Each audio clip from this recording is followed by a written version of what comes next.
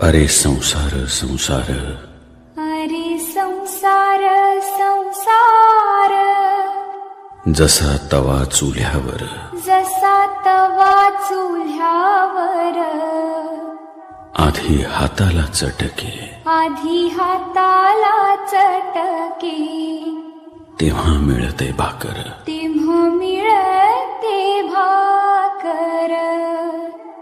अरे संसार संसार, अरे संसार संसार.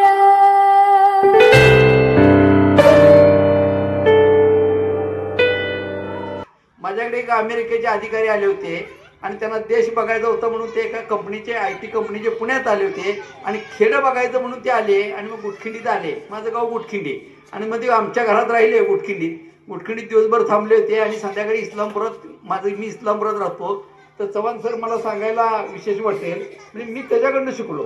पूर्णे सर एवढा मोठा माणूस IT कंपनीचा लय मोठा माणूस होता म्हणजे कोट्यावधी रुपयाची इस्टेट आणि जायदाद होते. आपलं काय नाही 200 टन ऊस निघाला तर काय गाडीचं पोर पुंगळी काढते चौकात एवढं डिजिटल लावते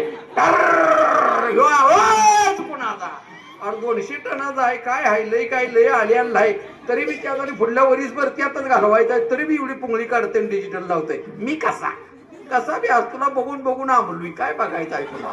तर तो पण तो एवढा मोठा माणूस उठला मला म्हणला मी गादी टाकायला लागलो. म्हणला टाकायची नाही तर म्हणलं झोपायचं कशावर.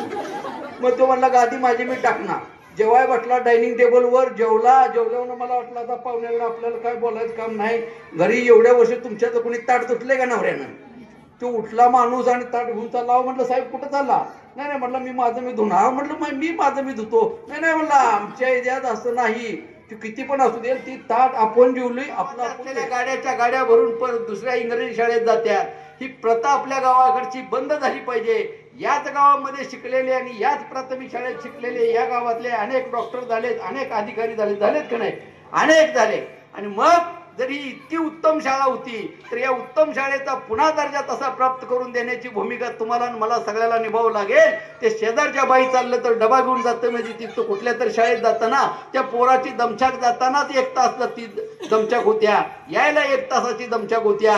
आणि तिथं गेल्यानंतर पुन्हा ती जर इंग्रजी तिथं किती चांगलं शिकवलं तर तुमची आणि माझी मातृभाषा ही मराठी असल्यामुळं घरात आपण सगळी मराठी बोलत असल्यामुळं ती भाषा तेवढ्या जितक्या संकल्पनेनं आपण शिकू जितका ती पोरग लवकर अवगत करेल इतकी भाषा ती पोरग इंग्रजी शाळेत करू शकत नाही.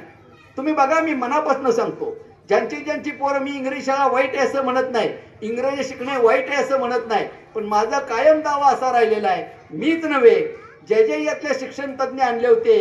गुटखिंडीमध्ये पण आपण गेल्या वर्षी सुरुवातीला ते काय पुण्याचे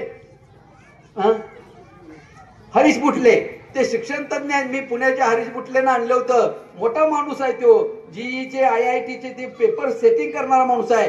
त्यानं सुद्धा सांगितलं की इंग्रजी शाळेत शिकलेल्या पोरांच्या पेक्षा मराठी शाळेत आणि मातृभाषेतनं शिकलेलं पोरग हे जास्त अवगत ज्ञान करतं लवकर अवगत करतं आणि उत्तम दर्जाचं त्याच्याकडे गुणवत्ता येते. म्हणून मराठी माता जिजाऊ असतील अहिल्याबाई होळकर असतील. आपल्याला अहिल्याबाई होळकरांबद्दल फार कमी माहिती आहे. अगदी काशी विश्वेश्वराच्या मंदिरापासून ते कन्याकुमारी पर्यंत जेवढे घाट आहेत नद्यावरचे ते त्यांनी बांधलेले आहेत.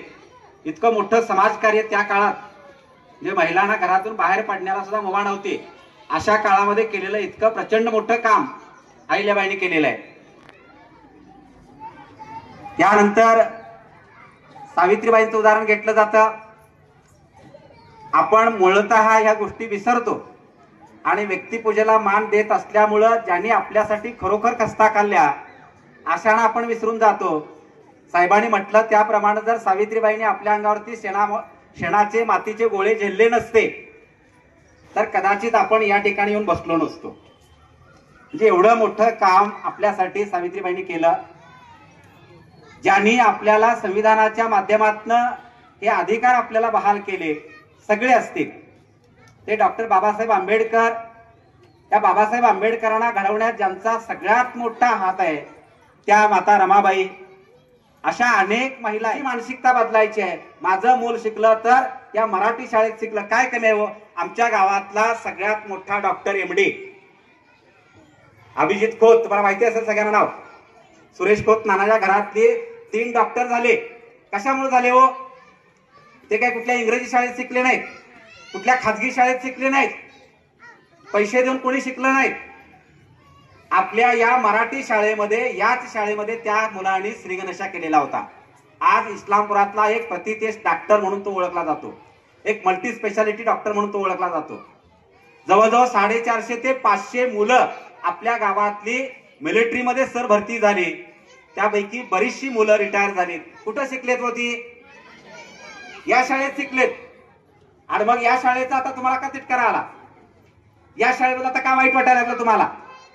आज मला वाटतं साहेब, आम्हाला अभिमानानं सांगावं असं वाटतं, MPC किंवा UPC म्हटला तुम्ही, UPCचा नसेल कदाचित, पण MPCच्या माध्यमातून जवळजवळ 25 ते 30 विद्यार्थी आमच्या या शाळेचे अधिकारी म्हणून कार्यरत आहेत. स्त्रियांच्या शिक्षणासाठी लढणाऱ्या क्रांतिज्योती सावित्रीबाई फुले, मै मेरी झाशी नाही दूंगी असे इंग्रजांना ठणकावून सांगणाऱ्या झाशीची राणी लक्ष्मीबाई, असे अनेक आपल्याकडे स्त्रियांचे अनेक उदाहरण आहेत की ज्यांनी आपल्या कर्तृत्वानं दाखवून दिलेले की स्त्री ही अबला नसून स्त्री सबला आहे. स्वच्छ ग्राम स्वच्छता अभियान ही जी चळवळ झाली त्या कोरेगाव मध्ये